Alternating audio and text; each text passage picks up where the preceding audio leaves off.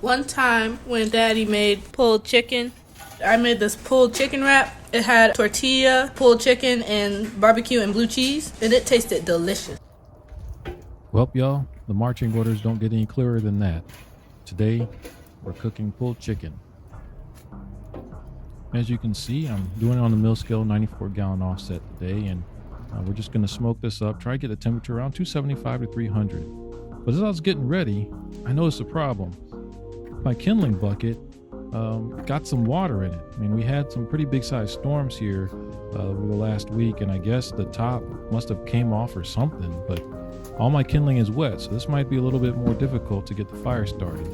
I guess I'm gonna have to dump this out and figure out a new way to get this fire started today.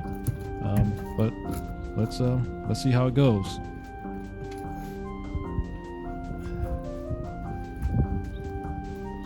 I wanted to make sure that I used cherry wood in our mix today, just to make sure that I get some good color on the chicken. Using a lot of mixed hardwood, so some oak, some hickory, some ash, really doesn't matter. Just trying to make sure that get some color on the meat.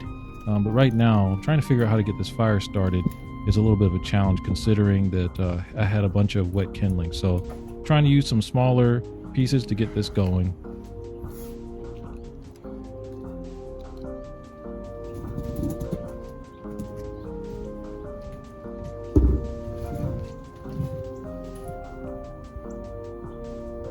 Oh, honey, that's a gorgeous fire. That's gorgeous. Hooray!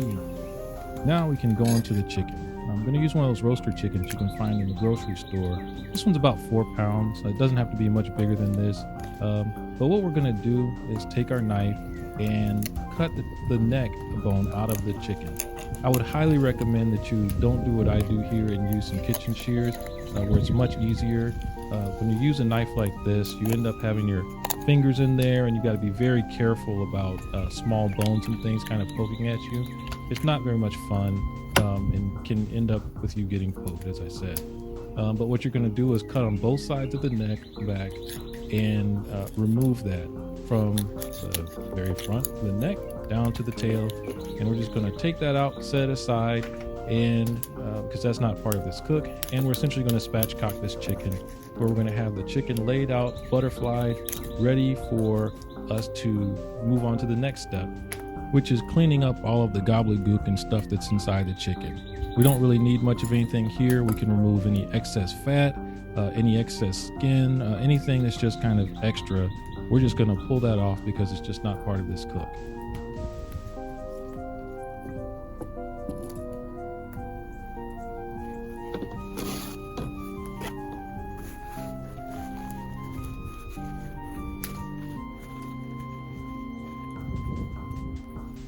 Now, once we've finished doing all of that, it's time for us to go ahead and kind of break the breastbone a little bit so that it actually will lay flat. And so all you have to do is just take each side of the breast and crack it a little bit. I mean, some people press down really hard, but that's how I do it.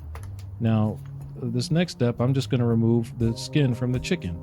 You know, my history with pulled chicken is that when you get to the pulling phase, a lot of times if that skin isn't just right, it can really mess up the mix of the pull. And so I'd rather just get rid of that skin altogether. That way, all of my seasoning actually hits the bird and can really mix a lot better. And you're not trying to pull away skin that might end up being a little bit gummy or just not really the right texture for what we're going for with our pulled chicken. So I'm going to pull that off. You just get your finger up underneath there and start separating it from the body.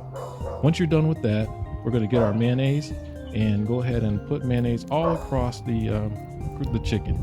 Now, I use mayonnaise here because, well, I mean, basically mayonnaise is nothing more than like some eggs, some oil, and a little bit of acid like a lemon or something like that. And all of those things are actually pretty helpful when it comes to getting a good color on the bird. And so I figured go ahead and try that out. It's worked for me in the past. So I see a lot of people use it like on turkey breast. And so we'll try it here on the chicken so we can get a good decent crust on our chicken while it's cooking out there on the smoker. What we're going to do is make sure that we get all areas of the chicken covered with this mayonnaise so that we can go ahead and get our seasoning put on it. today for our seasoning, we're going to be using John Henry's State Fair rub. Now I used this in a previous video with my pork steaks, and I mentioned that it was pretty pepper forward.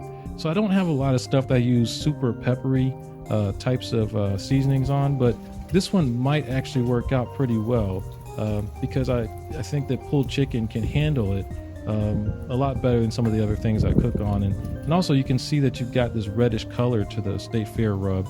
So I'm hoping that I can finally find something that I can use this rub on, because I don't know, I kind of like the concept of a State Fair rub, something that has some sugar in it, some pepper, some salt. It should work. I just haven't found the right protein for it to go on. So we'll try it out using this today, and we'll see how it works.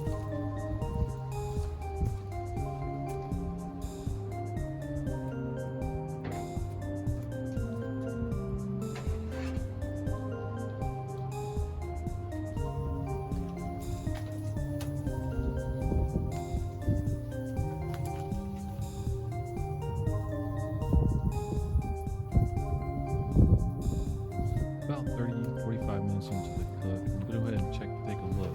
As you can see, the chicken breasts are around 100 degrees, so we're nowhere near being done on this, but just checking for the color and everything's looking all right. Now we come back probably about 25 minutes later, and our temperatures climbed up about 20 more degrees, and I just wanted to see what everything looked like, and color is really coming along on this. I'm glad I used cherry wood, but I'm really excited about what we're seeing here.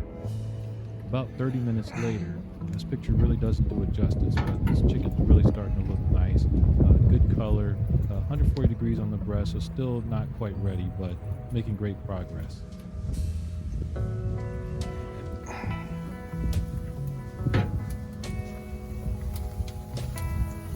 All right, well, now we're talking. This looks really good. Color on the meat is great, nice and red. Everything's coming out well.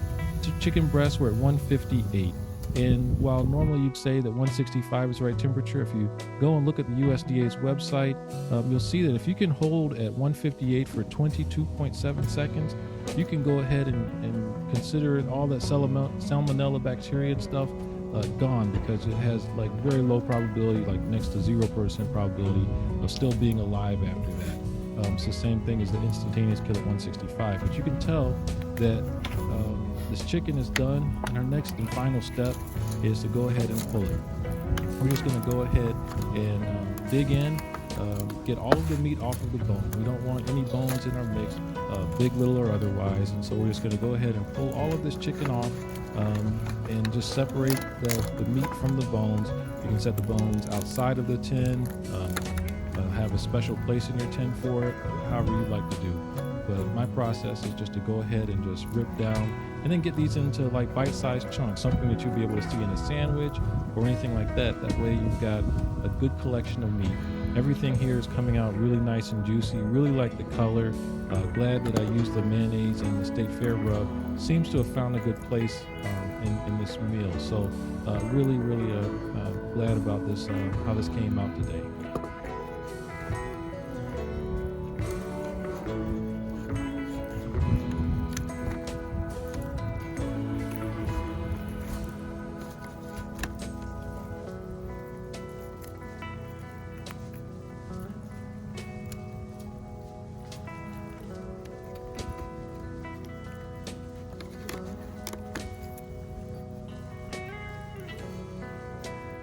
Finished product was great. That State Fair rub turned out really well. I think we finally found the right dish for this rub.